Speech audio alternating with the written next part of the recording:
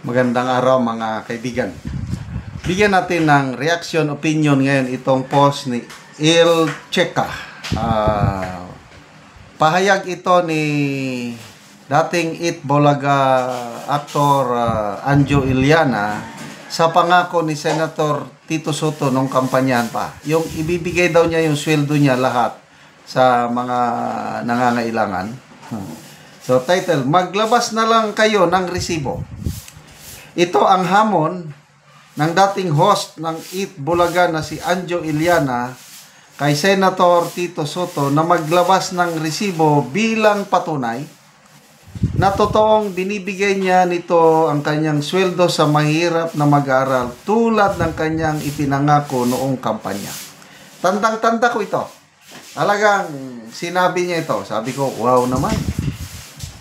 Kaswerte ng mga magiging scholar ng Senator Soto kung mananalo. Ito ang payag ni Anjo Iliana. Kayo po ang nangako na ibibigay ang sweldo nyo sa mga kabataang mag-aaral. Kaya siguro, maglabas na lang kayo ng resibo. Di ba? Matatandaan na noong kampanya, ito ang ipinangako ni Tito Sen. Ito yung pangako niya. Kung papalarin akong makabalik sa Senado, hindi ko kukunin ang aking sweldo. Ibibigay ko ito sa mga mahihirap na estudyante para sa kanilang pag-aaral. So, July 2. Ang alam ko, ang sweldo nila, June, nagsimula na eh. Tama ba? Kasi nag-end ang 19th Congress, June 30. Okay, so, July, yan na, may sweldo na yan. So, July, August, September, mag-aapat na buwan na. Sa ngayon, wala pa akong nakikitang resibo, katibayan, na ibinibigay nga ni Senator Soto ang kanyang sweldo sa mga mahirap. Example, ito ang tunay na resibo. Si Congressman Leandro Libeste. Ito, hindi sa sweldo niya, sarili niyang pera kasi bilyonaryo itong Congressman Libeste nito. 150,000 students sa 1st District of Batangas. Binibigyan niya ng 1,000 pesos allowance ang bawat estudyante. So, kung tama yung computation ko, either 1.5 million or 15 million buwan-buwan ang ibinibigay niya sa mga mahirap na estudyante. With resibo yan. Nakikita ko yung mga post, mga estudyante nakapila, nandun sa sarili. Hindi siya nangako. Gusto lang yan tumulong. And then, ang sweldo ng batang kongresistang ito, hindi niya kinuha. Ibinalik. Sweldo at saka office budget, ibinalik niya sa Kamara. Bakit? In protest sa House leadership, in protest sa DPWH. Dahil ang gusto ng batang kongresista, bawasan ng 25% yung sa budget ng DPWH for 2026 yung cost of materials. Kasi overpriced lahat ang nakalagay doon sa budget for 2026. Ayaw, hindi sumunod ang kamara, hindi rin pumayag ang DPWH na mabawasan. Kaya ang ginawa ng kongresista, ibinalik niya ang sweldo. Yun ang tunay.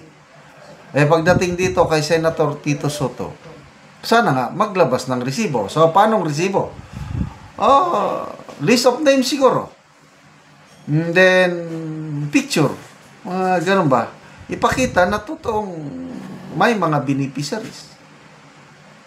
Kung pangako, dito pa rin ang pangako. Parang wala eh. Magkano ang sweldo na isang senador? Estimate ko lang baka abot ng 300,000 sa isang buwan. Estimate ko lang. O kung hindi man abot, nasa mas mataas sa 250. ang sweldo ng senador. So, ang dami nang matulungan niya, buwan-buwan, kung totoong ibibigay. But, mapayat yan, yung sweldo na yan. Ang malaki, yung office budget ng Senate President. Nako, milyones yan. Tapos, anong liquidation? Certification lang. Perma lang na I certify that we spent, example lang, 5 million pesos for the month of October for the operational expenses of the Office of the Senate President. Para, clear na yun. Ganon katindi ang ating mga mambabatas. Congressman ka man o ano. Tapos, pagdating kay VP Sara, ilan lang yun? Kakaunti yung in question na confidential funds. Grabe ang kanilang, but sige lang. Tingnan na lang natin kung ano ang mangyari sa ano. Okay, magbasa lang ako sa mga comments, ano. Dito. Ellie, sabi niya, baka ghost na rin. Ghost scholars. Boneng Reyes, drawing si Pepsi. Piox Paredes, maniwala ako sa iyo, Soto, mukha kang pera. Nako, wag ko na lang basahin, masama. Danny Rodriguez, nangako na nga ang mga tao, gusto nyo to pa rin. Aba, sobra na yan. Cesar Mendoza, budol, kaya nag-eat buligayan, kailangan pa niya ng pera, walang kabusugan ang mga buhaya. So, speaking of Senate, wala na. Nagkaloko-loko na ang ating Blue Ribbon Committee hearing. Tingnan nyo, naantala na. Baka sa November 10, yan, bubutuhan na daw nila si Senator Ping Lacson as chairman. Balik siya as chairman ng Blue Ribbon Committee. At November 14, yun na, next hearing. So ano, ang aasahan sa hearing na yan? Dalawa lang yan. Sabi ni Senator Alan Peter Cayetano, direksyon, either tutumbukin yung mastermind or sisirain ang oposisyon. Sana naman, kalimutan yon ang politika. Taong bayan ang kawawa sa flood control scam na ito. Sana naman tumbukin ng mga mastermind. Huwag na yung politika, huwag na yung siraan. So ako, expectant ako, aasahan ko na sana may mangyari pang maganda sa Blue Ribbon hearing ng Senado na yan. Okay, salamat mga kaibigan sa inyong pagsubaybay sa ating channel. Nakakatulong kayo ng malaki sa Tribong Talandig ng Bukidnon dahil ang income natin sa channel na ito pantulong po sa tribo. Namimigay tayo ngayon ng livelihood assistance sa kanila, nagpapatanim ng saging lakatan at Arabica coffee.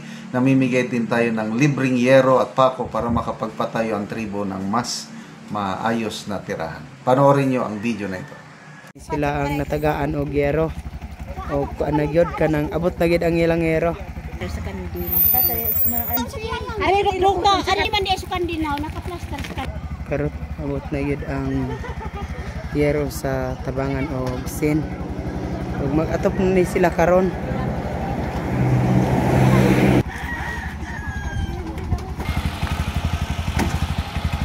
Og sa atin na gid magdala sa iyang nga yero.